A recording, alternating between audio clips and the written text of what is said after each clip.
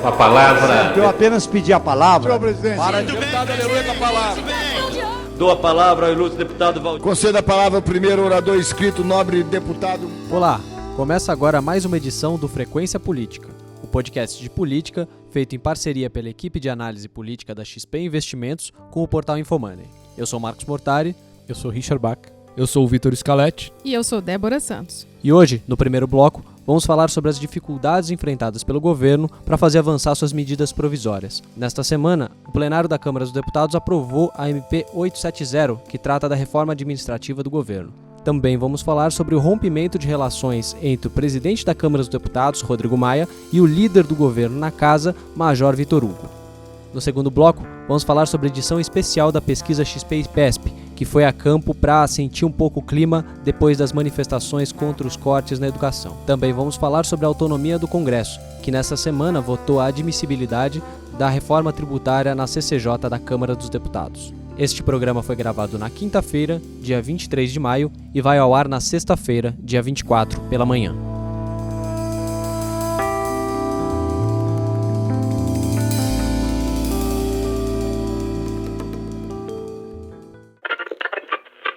E se o Câmara e o Senado têm propostas melhores do que a nossa, que coloquem em votação, não há briga entre poderes. Aqui é um país onde todos têm espaço. É um país maravilhoso, que tem tudo para dar certo. Mas o grande problema é a nossa classe política. É nós, Witzel, é nós, Crivella, sou eu, Jair Bolsonaro, é o parlamento em grande parte, é a Câmara Municipal, a Assembleia Legislativa. Então nós valorizamos sim o parlamento brasileiro, que vai ser quem vai dar a palavra final nessa questão da Previdência. Eu entendo que é chegada a hora de buscar interlocução. Essa casa precisa tirar uma comissão ou um parlamentar para conversar com o presidente da República. E pelo perfil dele, me sinto preparado para ir até ele, se for necessário. Porque venho da Bahia, sou conhecido como doido, e para conversar com doido, sou outro doido. Precisamos pacificar. Bom, a gente acabou de ouvir como que foi a semana em Brasília, uma semana tumultuada, mas que finalmente a medida provisória 870, que trata da reforma ministerial, foi votada no plenário da Câmara dos Deputados. O governo conseguiu o que queria, mas os parlamentares deram vários recados, né, Richard? Como que você viu esse cenário político nessa semana? Como que evoluiu esse... Você sabe que depois, enfim, eu sempre gostei muito de história militar, mas depois do governo Bolsonaro tenho lido mais, então tem algumas coisas que você vai adequando ao cenário. A primeira coisa que a gente tem visto é um armistício, né? Uma espécie de armistício por causa do dia 26 das manifestações. Os deputados e senadores não querem dar argumento para esse tipo de manifestação, que fala que quer criar ministério, e é uma meia verdade, porque tinha um acordo com o Jair Bolsonaro, presidente, tinha um acordo com o Onix também, depois esse acordo foi devidamente explodido por aliados do presidente, mas assim, os deputados, o que a gente percebeu lá no Congresso é que eles não queriam dar munição para essa manifestação do dia 26, essa é a primeira coisa, e depois você está fazendo, enfim, retiradas táticas, né? Segundo o jargão militar do dia de hoje, porque o que a gente tem visto lá é pontual, assim, MP 870, não queremos 2 ministérios. Agora, você tem que avaliar o quanto é bom deputados e senadores e grupos políticos, né, que sempre gostaram e fizeram questão e batalharam para ter ministérios, e batalharam para ter mais espaço no governo, de repente dizerem não queremos. Sabe? Isso para fora pode passar uma imagem de que, olha, o governo ganhou, dobrou os deputados. Só que a gente vem dizendo isso para os clientes até nas reuniões, sabe? O Congresso é maratonista queniano, ou seja, está olhando para o final da corrida no final dos 4 anos, né? E o governo não aguenta uma corrida assim. Então o Congresso, na minha opinião, vai deixar esfriar um pouco agora, né? Estratégia e tática, existe uma diferença entre uma coisa e outra. Vai deixar esfriar agora um pouco o que está acontecendo. Hoje já está criando um pouco de dificuldade para votar a MP 870, porque está se aproveitando da descoordenação do PSL e do governo na noite de ontem, na votação do mérito de alguns destaques. Vai recuar, mas depois, enfim, pode esperar que essa porrada tá ali na esquina, sabe? O Congresso vai reagir. Ou seja, mesmo com a votação apertada na questão do COAF, Débora, o sinal é mais negativo do que positivo para o governo, mesmo com essas votações e com tudo caminhando aí de uma forma não tão ruim em termos de placar, mas em clima ainda continua bem ruim, é isso? Bom, a votação do COAF tem aí um componente interessante que é a gente avaliar o tamanho das redes sociais e o tamanho da influência que as redes sociais têm no parlamento, né? A gente viu uma diferença pequena de votos em relação ao que se achava que a posição do Congresso para a retirada do COAF do Moro, a posição do Congresso contra, para diminuir um pouco o tamanho do ministro Sérgio Moro no governo. E o que se viu foi que realmente essa patrulha das redes sociais, essa cobrança direto do eleitorado fez esse placar, enfim, ficar um pouco mais próximo uma parte da outra. E a gente vê isso muito assim, tem uma foto impressionante de ontem da votação, que são todos os parlamentares do PSL ao mesmo tempo, no mesmo plano, na foto, fazendo selfies e fazendo lives e se comunicando ali pelas redes sociais. Enfim, é um pouco isso é simbólico, assim, e é uma imagem que retrata um pouco de como o Congresso se comporta hoje, de como ele reage às questões. A retirada do COAF, das mãos do Moro, mais uma vez a gente vai falar isso aqui, realmente não tem, do ponto de vista prático, muito downside, para usar um termo de mercado, enfim, não é muito negativo, porque vai para o Ministério da Economia, mas o que o Moro precisava fazer nesses primeiros meses de governo, que foi fortalecer o COAF, colocar pessoas da confiança dele lá, aumentar o número de funcionários, servidores e aumentar a capacidade do COAF de produzir e fazer esses relatórios, isso já foi feito. Então o COAF já vai fortalecido para o Ministério da Economia e vai continuar lá funcionando, enfim, com a distância do Moro, mas com a digital dele lá. Disso tem, enfim, pessoas que nós conversamos em Brasília que tem relação com o COAF na investigação.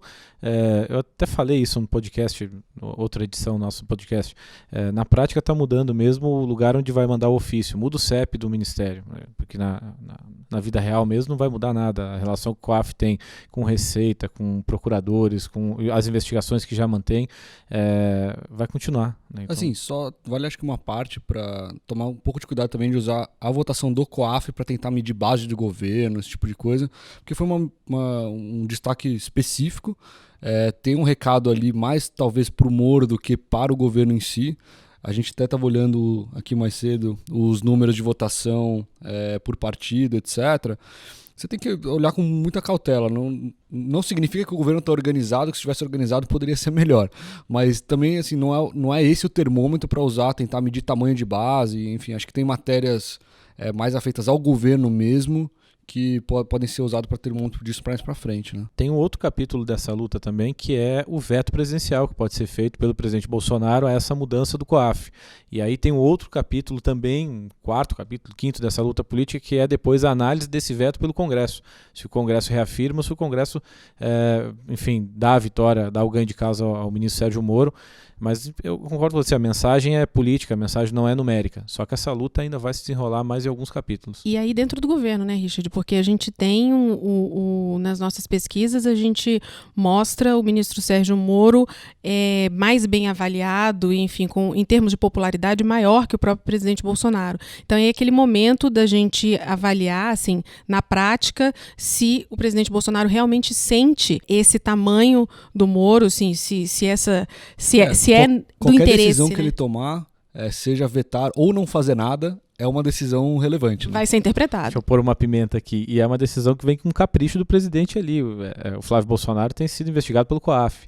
Né? Tem vários políticos sendo investigados pelo COAF. Então você vai ter uma pressão extra nisso. Vou jogar minha pimentinha aqui para você. Inclusive, a gente viu na última semana o presidente sancionar aquele projeto de lei relatado pelo deputado Paulinho da Força, que trata da anistia aos partidos políticos pelo descumprimento daquela regra da cota para as mulheres, de verba para a campanha eleitoral. As empresas estão dizendo que eu sancionei uma lei ontem para anistiar multas de 60 milhões, mais ou menos, tá, de partidos políticos. É mentira, eu vetei. Estão dizendo que eu sancionei. É o tempo todo assim, é só mentira.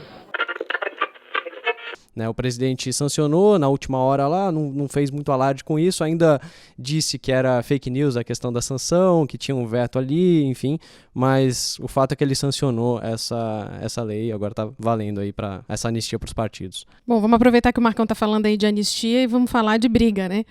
Richard, como é que está a relação, enfim, a discussão de relação do presidente da Câmara, Rodrigo Maia, com o líder, ou, enfim, nem sabemos se ele vai continuar a ser líder até esse programa ir para o ar, né? Como está essa relação, o Rodrigo fez questão de deixar muito público, né? Ela não existia e passou ela não existia e passou a inexistir. Eu não sei nem se é correto dizer isso. Paradoxal, né? É paradoxal, vamos ter que... Essa relação... Ela não existia em privado, agora não existe em público. Exato. Essa relação, a coisa da política está tão esquisita que a gente vai ter que começar a inventar palavras daqui a um pouco para explicar o que está acontecendo em Brasília.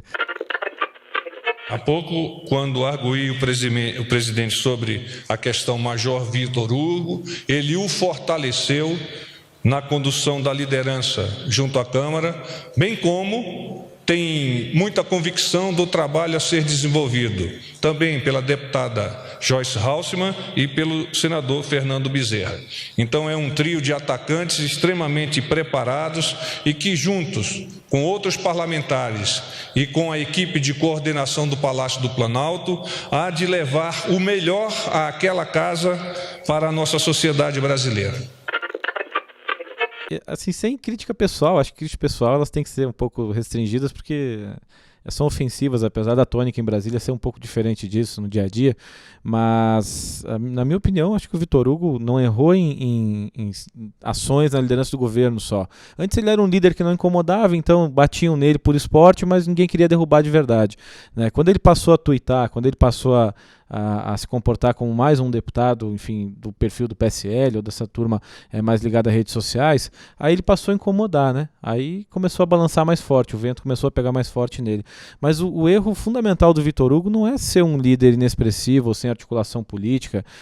Os deputados que ele levou para falar com o Bolsonaro até hoje, os líderes de bancada, naquela fatídica reunião que o presidente, segundo os deputados que estavam lá, ligou, cancelou o corte na educação, depois cancelou o cancelamento, e os deputados ficaram bem irritados. Eles não somos 60 deputados na casa, né? Então, assim, é pouca gente, é pouca liderança que ele tem. Mas vamos lá, o erro fundamental que eu considero do Vitor Hugo foi ter aceitado ser líder. Porque no primeiro ano de mandato, você conhecer regimento na Câmara não garante nada para você. E é isso que ele sabe, assim, conhece o funcionamento interno da casa. Bom, saber onde estão os carimbos não torna você ministro, não torna você uma liderança, né? E o caso do Vitor Hugo acho que é esse.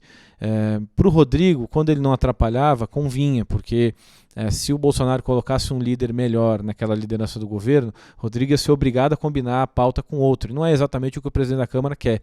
Ele quer ter o domínio da casa, a graça de você ter o domínio é você fazer o que você quiser, né? No caso do Vitor Hugo, ele não incomodava, agora ele passou a incomodar, então o vento está batendo mais forte e o Onyx Lorenzoni tem dado sinais de que quer derrubar ele.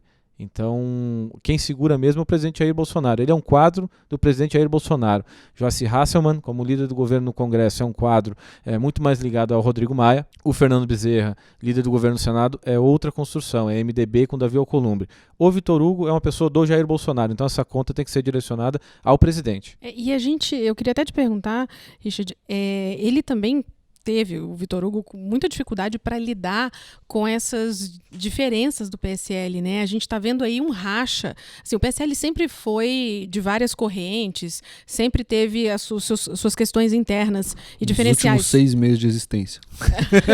Justamente. Mas está piorando, né? Assim, a gente está vendo aí um racha bem grande na direita. A gente, Janaína Pascoal... Uma nova personalidade por mês, quase, né?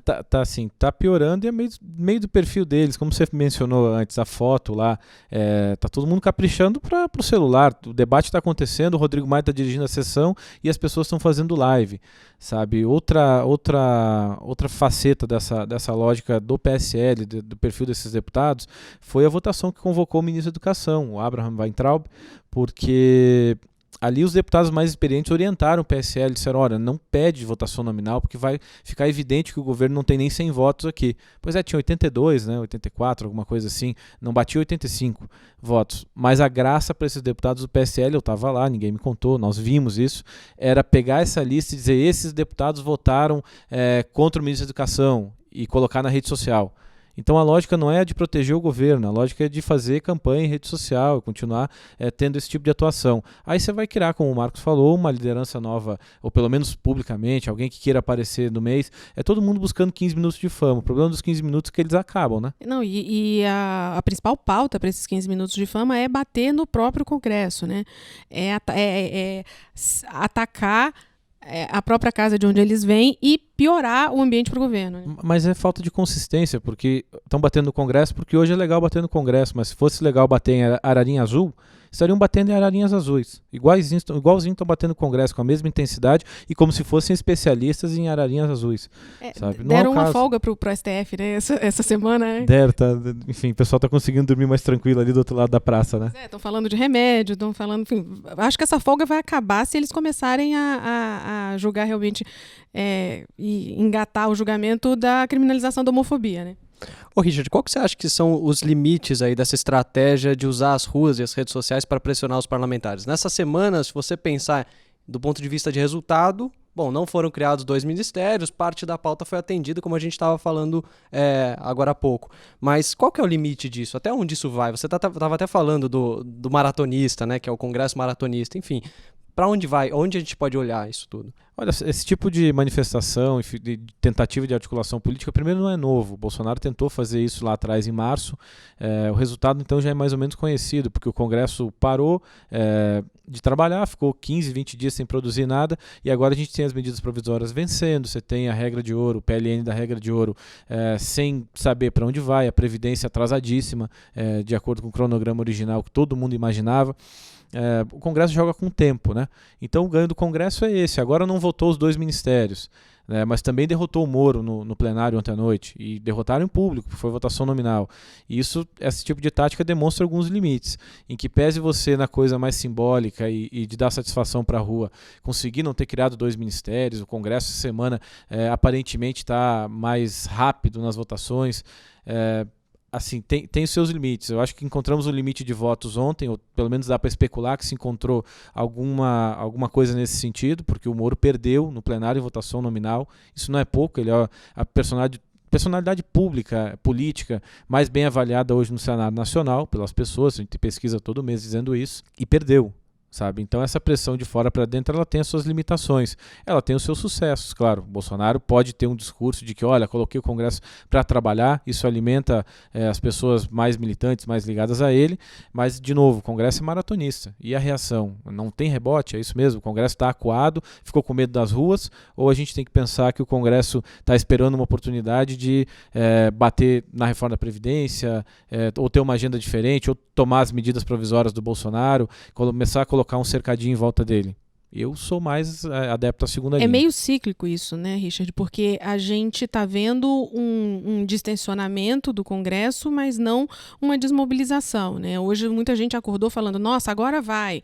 As MPs estão saindo, estão sendo votadas, a votação lá do COAF não foi tão ruim assim, já cantando uma vitória que não está consolidada. Agora tem popularidade, né? Quando a gente olha as pesquisas, mas lá na frente, será que o presidente vai contar com as ruas da forma como ele pode contar nesse domingo agora? E os protestos são assunto do nosso segundo bloco, que vai trazer a pesquisa XP e PESP, os resultados do levantamento que levou em conta as manifestações da última quarta-feira, dia 15, que tratou dos cortes na pasta da educação.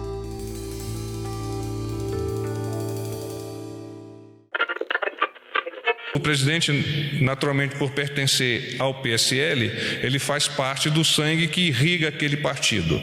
Não obstante, agora, abstraindo-se dessa situação e colocando-se como chefe do Poder Executivo, ele entende que a sua posição de chefe do Poder Executivo não pode ser mesclada com essa atividade do domingo que vem a alinhar-se com as demandas que a sociedade vem declarando ao longo da semana e mesmo da semana passada. Então, o presidente quer deixar claro o entendimento da importância desse evento, não obstante, não quer colocar-se diretamente inserido nesse contexto e tampouco gostaria que seus ministros o fizessem.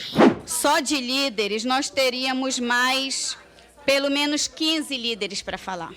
Então, não teríamos tempo mesmo. Vamos manter... O compromisso original da UNE e da UNE Ministério de Direitos Humanos.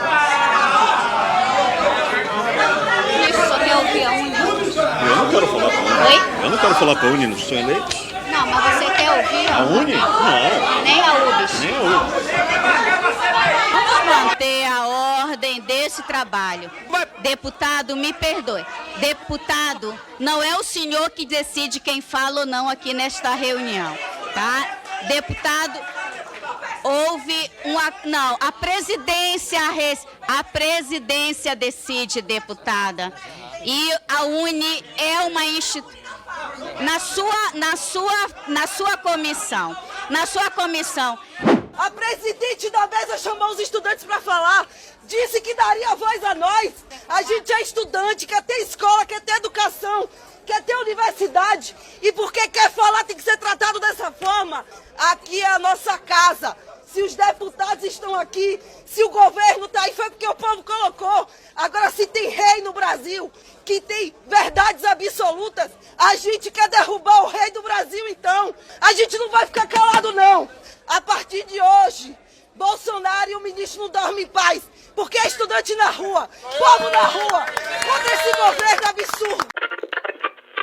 E o time de política da XP resolveu fazer uma pesquisa adicional com a população depois das manifestações que aconteceram contra os cortes na educação. O Vitor vai falar um pouquinho mais sobre os números. O que temos, Vitor? Bom, acho que o principal destaque é a aprovação, ou a desaprovação, no caso.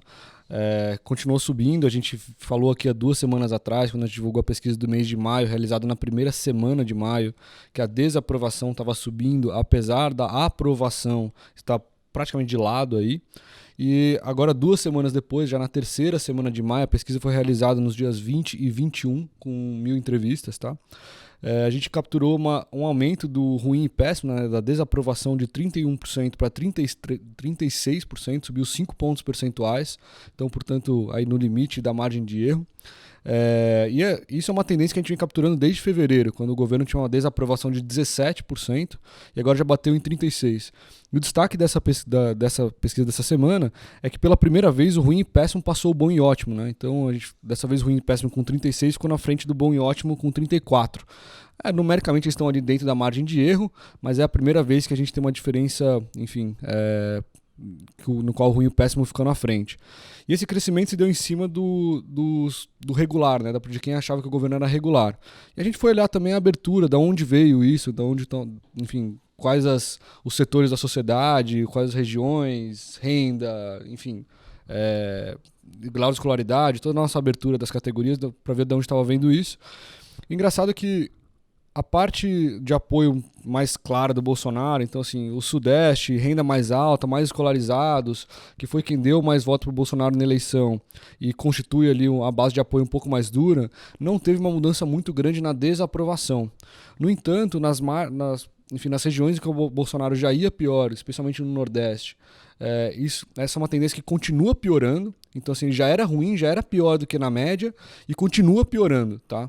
Então, você pega escolaridade mais baixa, região Nordeste, pessoas mais jovens, enfim, que já não era a base de apoio mais dura do Bolsonaro, eles, enfim, continuam sofrendo e continuam piorando essa visão em relação ao governo. Vitor, o seu chute educado aí, como você costuma dizer, em relação a essa questão que você falou das pessoas mais jovens estarem nesse grupo aí que está ajudando a subir a desaprovação, tem a ver com as manifestações dos cortes na educação? Você acha que esse cenário, enfim, é bastante ligado a esse movimento que desagradou mesmo as pessoas mais jovens, enfim, universitários? Enfim, é difícil afirmar com certeza a estatística, que a gente não tem uma pergunta específica, enfim, que dê para questionar isso, mas é uma hipótese razoável de que o mau humor da população esteja ligada também. Assim, o protesto é um reflexo disso, talvez. Não é mais do que o protesto ser o causador, é um sintoma de um problema um pouco maior. E acho que, enfim, é natural que, dado uma parte da população que já tem ali alguma resistência à imagem do Bolsonaro, é normal que quando você vai piorando na margem, enfim, a imagem e enfim, o governo vai tendo mais problemas, etc., que a disseminação comece justamente por onde o negócio já não era muito bom, né? Onde as pessoas são mais suscetíveis a mudar de opinião. Então é quem estava no regular que está indo para o ruim e péssimo. A gente ainda não viu um movimento de queda importante da aprovação, tá? Isso é uma coisa relevante também. Então o governo tem conseguido segurar de alguma maneira aqueles que apoiam o governo têm se mantido resilientes. O que o governo tem perdido é a disputa pelo cara que estava indeciso ou que achava irregular. Esse cara tá sendo perdido por enquanto. Bom, pelo menos esse é um resultado dessa estratégia de dobrar a aposta na própria base, né? De falar para o próprio público, né, Vitor? O que a gente fez, a gente repetiu uma pergunta agora nessa segunda pesquisa de maio. É até curioso que a gente faz uma pesquisa todo mês, é até estranho de falar. Nessa segunda pesquisa de maio, a gente repetiu uma pergunta que a gente fez em abril. A gente tinha perguntado para a população o que a população achava que o Bolsonaro deveria fazer na relação com os políticos. Se ele deveria justamente dobrar essa aposta, enfim, endurecer o discurso, apesar do efeito que isso teria na aprovação da agenda dele, ou o contrário, que ele deveria ser mais aberto, negociar mais com a política tradicional para poder aprovar a agenda que foi proposta ali durante o período eleitoral, enfim. E a gente repetiu essa pergunta agora. Lá atrás, em abril, a gente tinha encontrado que era praticamente equilibrado. 33% diziam que ele deveria dobrar a aposta e 37% diziam que ele deveria negociar. Aí agora, só 31% dizem que ele deve dobrar a aposta, então muito parecido, passou de 33% para 31%, mudou muito pouco. Porém, agora 48% querem que ele negocie. Então aqueles que estavam ali dizendo que ele deveria fazer igual, manter o que estava fazendo, seja lá o que fosse, ou que não tinham muita opinião, agora estão se convertendo para essa vertente de que, olha, não, o Bolsonaro tem que negociar um pouco mais com o Congresso mesmo para poder aprovar a agenda que ele propôs. Eu acho que é uma mudança relevante. Assim, a gente tem usado isso como análise acho que esse é um ponto importante para poder entender os movimentos do governo, né? Desse morde-a-sopra, desses avanços e recuos, né? A gente não via muita melhora, talvez não veja ainda muita melhora enfim, o Bolsonaro um dia vai acordar e virou um pragmático, ou um dia o Bolsonaro vai acordar e falar assim, não, eu vou all-in, né, que a gente fala, vou apostar tudo na minha estratégia, na minha base. Sempre com um pezinho no palanque e outro... Exato, então assim, a gente usa muito essa interpretação dessa pergunta para ver esse dilema do governo, né? Esse é o principal dilema que o governo tem. Então assim, agora a população pendendo um pouco mais para negociação, talvez ajude. Não estou falando que o Bolsonaro vai pegar nossa pesquisa, ler a pesquisa e vou mudar de atuação, não é isso. Mas acreditando que eles sentem o que acontece ali na base, nas redes sociais, se, enfim, houver uma movimentação maior, pedindo uma negociação com o Congresso para, enfim, passar a agenda que é necessária, acho que é uma mudança bastante relevante. Eu acho que também uma outra questão que ajuda, estimula o governo a negociar, a dialogar mais aí nessa linha que a pesquisa mostra da opinião da maioria da população, é também essa postura mais autônoma do Congresso, né? A gente vê o Rodrigo Maia falando em, olha, o Congresso não está preocupado com o Twitter, o Congresso não está preocupado com disse-me-disse, o Congresso está preocupado com o Brasil e vai votar reformas e quer trabalhar. Enfim, a gente tem aí já saiu do armário essa história de o Congresso vai tomar a frente, vai buscar retirar alguns poderes do presidente da República e vai... em várias frentes, né? Hoje teve uma nota no jornal falando que o Senado estava discutindo, teve uma reunião do Senado discutindo até parlamentarismo, assim, de maneira bem lateral, parece que não fez muito sucesso, mas assim, só o fato de alguém ter a coragem de falar isso já tem algum significado em si mesmo, né? Na semana passada estavam falando em impeachment, o próprio presidente usou a palavra impeachment, né? Então, tem termos que estão sendo usados no momento muito cedo do governo, né? Que esquisito isso. Eu acho que tem um pouco a ver com o povo na rua, né? Assim, a gente tem ainda um trauma um pouco, assim, de 2013 e da sequência que o povo, assim, essa imagem de ver povo na rua teve uma sequência relacionada a um mandato, enfim, interrompido.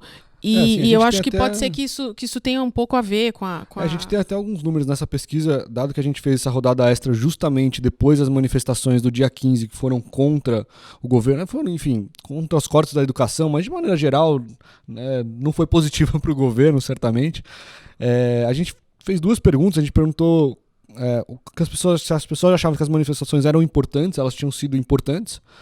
E aí 57% disseram que sim. Aí fazendo algumas quebras, a gente sempre pergunta recall de voto, né? Justamente não para saber que as pessoas votaram, que já foi, né? A eleição é o censo, né? A gente não precisa da pesquisa para isso. É mais para a gente poder cruzar essas informações. Então assim, entre os eleitores do Haddad, declarados do Haddad, 90% acharam muito relevantes.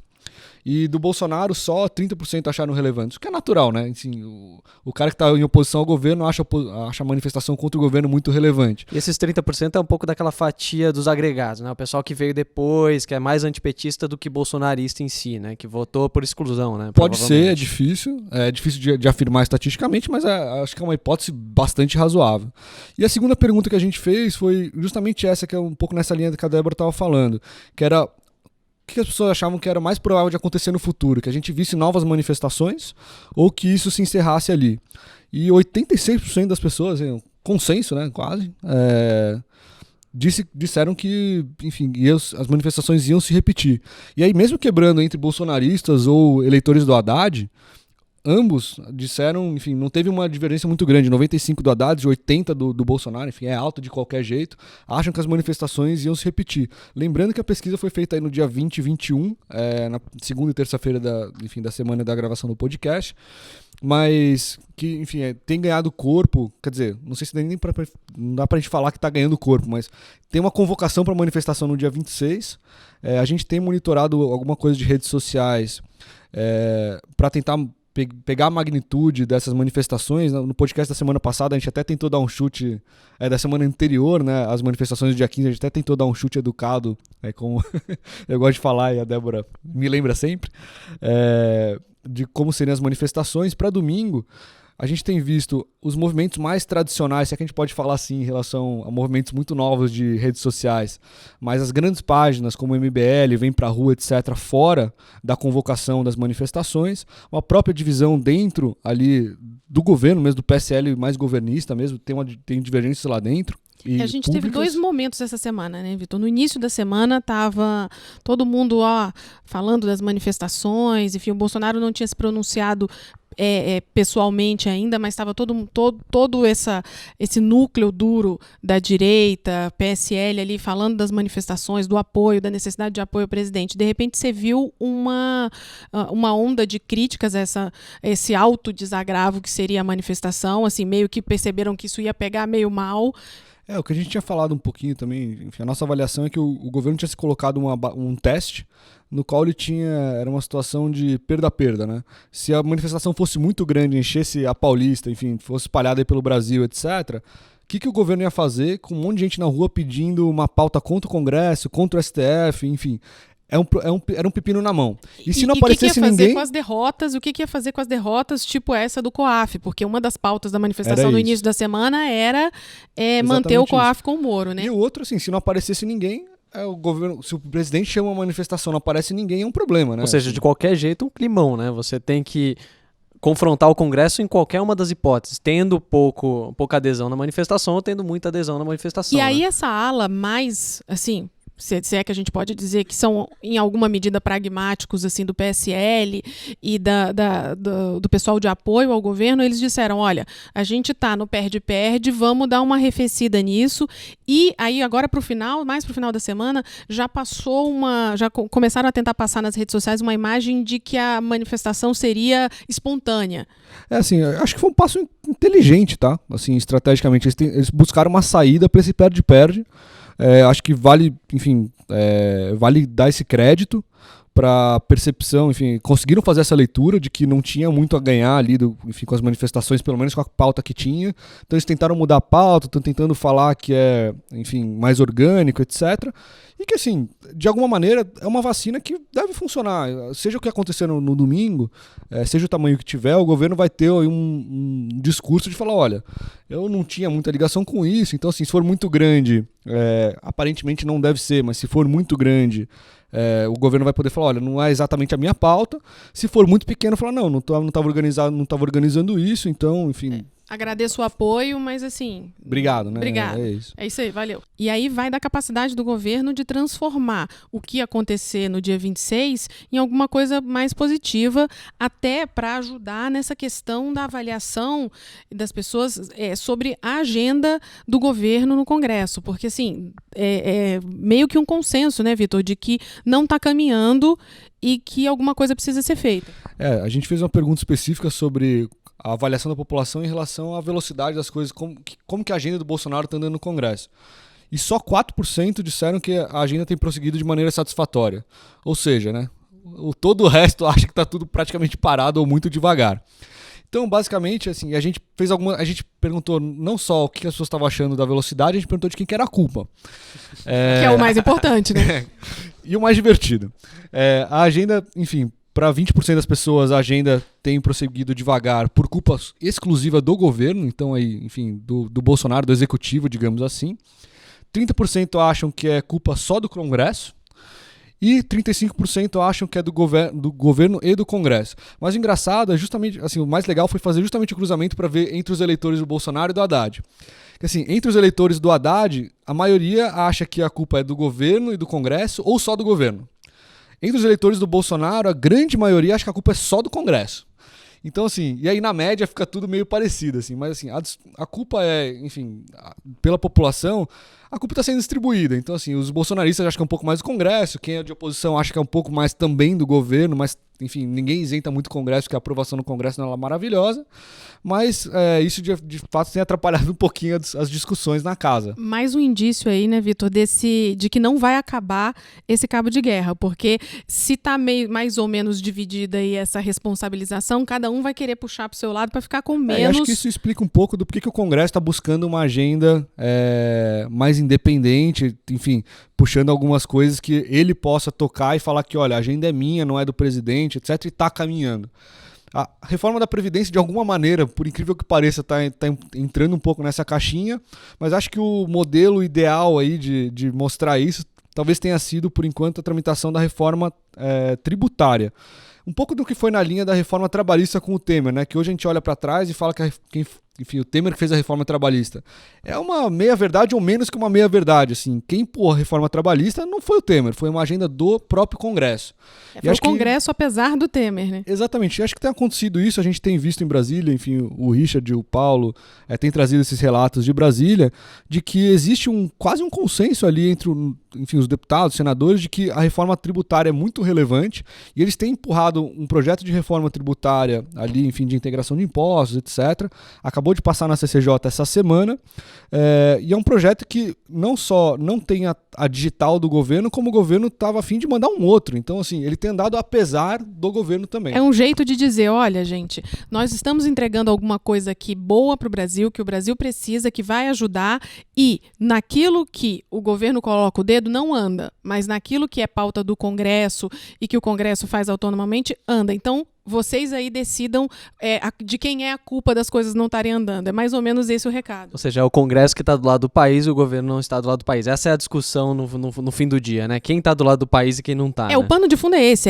Quem quer ser bonzinho, e o Congresso tem muito interesse, porque o Bolsonaro já tem, apesar dos números, enfim, estarem mudando um pouco em relação à popularidade, o Bolsonaro já tem um apoio popular muito grande. O Congresso tem uma avaliação péssima, né? Sim, acho que o que vale a pena olhar é que o Congresso vai ter que trabalhar muito para resgatar essa imagem e lembrar só que, assim, projetos empurrados pelo Congresso... Resgatar de nunca, né? Porque acho que nunca teve uma imagem boa. E não é só aqui, né? Acho que globalmente global, o Congresso Nacional costuma ser ter a pior avaliação, né? Uma coisa que o Congresso vai ter que fazer para resgatar essa imagem, enfim, é tentar passar esses projetos que não são simples. Assim, aprovar uma reforma tributária não é nada simples. E uma coisa que, por característica enfim, dado que o Congresso não tem a maneira tradicional, não tem os instrumentos de negociação, etc., como tem o Executivo com o Congresso, enfim, os próprios agentes ali têm que chegar num acordo, o tempo de tramitação, os percalços no caminho, achar que o Congresso está unido, que é uma figura só e está caminhando para uma direção de uma reforma tributária assim, que vai ser rápido e fácil, é uma afirmação que a gente vai descobrir rapidamente que não vai ser tão fácil assim. Não, e reforma tributária não é fácil por um motivo simples, prosaico, inicial, que é cada estado tem um interesse diferente, cada parlamentar Estados e setores, né? É uma reforma que gera ganhadores e perdedores. Dado que você não tem o Tesouro, pela situação fiscal do país, não tem como compensar os perdedores na largada, é muito difícil você chegar num consenso de como equilibrar essa estrutura toda e achar 318 votos para conseguir entregar e, enfim, para poder aprovar. E num cenário que você tem estados aí com situações fiscais quebradas e numa dificuldade grande e dependendo da União para muita coisa. Ou seja, apesar do governo estar tentando unificar o Congresso contra si, ainda é difícil unificar o Congresso numa pauta como essa, né? E com isso a gente encerra o 18º episódio do Frequência Política. Agradeço a Débora, ao Richard, ao Vitor e a você que nos escutou até agora. Não deixe de nos acompanhar no Spotify, no aplicativo de podcasts da Apple e em todos os agregadores de podcasts. Este programa tem a direção e edição de Matheus Detoni. Até semana que vem.